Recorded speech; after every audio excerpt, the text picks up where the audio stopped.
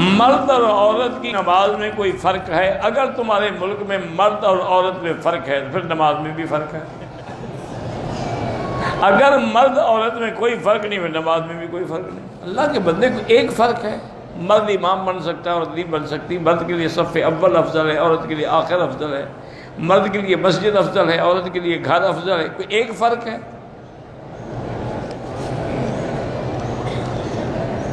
نماز تراویح کی اصل رکعات کتنی؟ اصل 20 ہے۔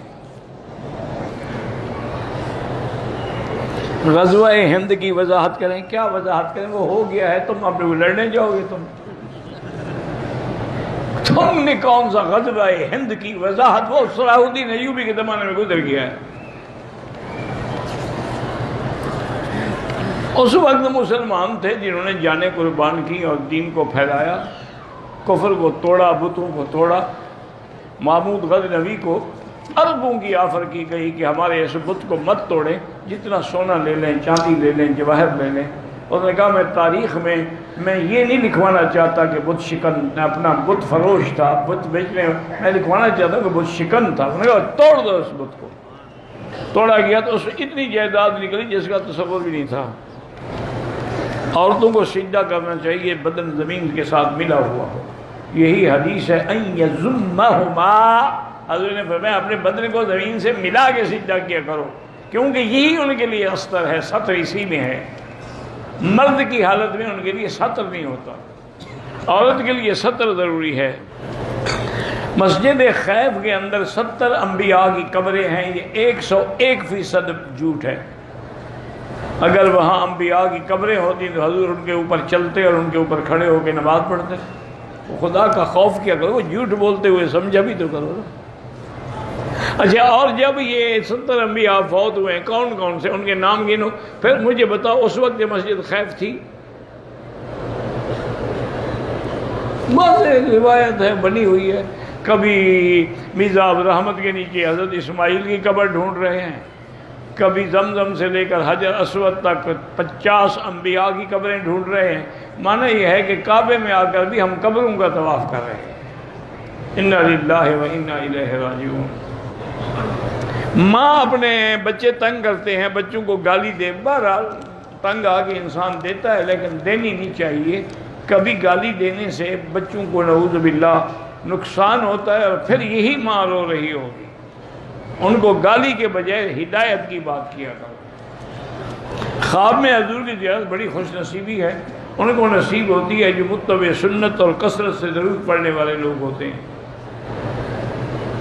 میرا بھائی، علماء کے بارے میں ایک میری عادت ہے، میں علماء کے بارے میں نہ الحمدللہ برائی کرتا ہوں نہ برائی سنتا ہوں، بلکہ آپ بھی دعا کیا کریں، کیونکہ یہ علماء ہی ہیں جن کی وجہ سے یہ دین باقی ہے۔ یہ دین تمہیں کالجوں نے تو نہیں دیا، یونیورسٹیوں نے تو نہیں دیا، یہ تمہیں اسکولوں نے تو نہیں دیا، یہ علماء کی وجہ سے ملا ہے۔ اگر ان کو بھی تم، اور شیطان یہی چاہتا ہے کہ تمہیں ان سے بدزن کر دے تاکہ تم دین سے بدزن ہو جاؤ۔ عید میلاد منانا بدعت ہے۔ میرا بھائی، اگر عید میلاد سنت ہوتی تو حضرت ابو بکر نہ مناتے؟ حضرت عمر، حضرت عثمان، حضرت علی، حضرت حسن، حضرت حسین، حضرت معاویہ، آل بیت رسول اللہ، ان کو محبت نہیں تھی؟ تمہیں زیادہ محبت ہو گئی ہے عید میلاد منانے سے۔ یہ جو شیعہ ماتم کرتے ہیں، ماتم کرنا ہی لعنت ہے، دیکھنا بھی لعنت ہے۔ اللہ کے نبی نے فرمایا ہے کہ من لبس السود وشق الجیوب وضرب الخدود فلیس منا، جو آدمی سیاہ کپڑے پہنے، چہروں پہ تھپڑ مارے، بال نوچے ماتم میں، فرمایا اس کا میری جماعت سے کوئی تعلق نہیں۔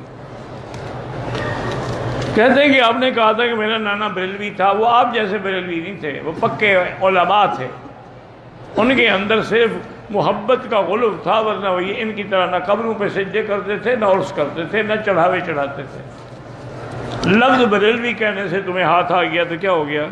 بہرحال رابعہ بصریہ کہیں طواف کرنے نہیں گئی۔ اگر کسی کتاب میں لکھا ہے وہ مجھے دکھاؤ پہلے، ایسے کہہ دینے سے کچھ نہیں ہوتا۔ ویسے بات اگر ہے تب بھی غلط ہے۔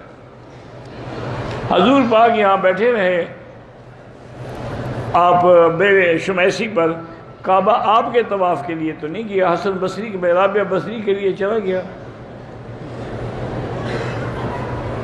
نہیں، یہ اتنا بڑا جھوٹ جو بولتے ہو کو خدا کو اگر کعبہ شریف ادھر چلا گیا تو طواف کرنے والے کس کا طواف کر رہے تھے؟ کعبہ شریف تو گیا بی بی رابعہ کے پاس۔ انا للہ و انا الیہ راجعون، یعنی ایک ایسا جھوٹ جو سورج کی طرح نظر آ رہا ہو پھر بھی آدمی پوچھے مسئلے۔ بہرحال شیعہ کے کافر ہونے میں تو کوئی شبہ نہیں ہے، یہ تو انہوں نے صرف نہیں بلکہ ابتدا سے علماء نے لکھا ہے، اس میں کوئی شک نہیں۔ ہاں بعض اس وقت ہوتے تھے تفضیلی شیعہ، وہ الگ بات ہے۔ جو سبی شیعہ ہیں، منکر صدیق ہیں، منکر عائشہ ہیں، منکر قرآن ہیں، ان کے کفر میں کیا شک ہے؟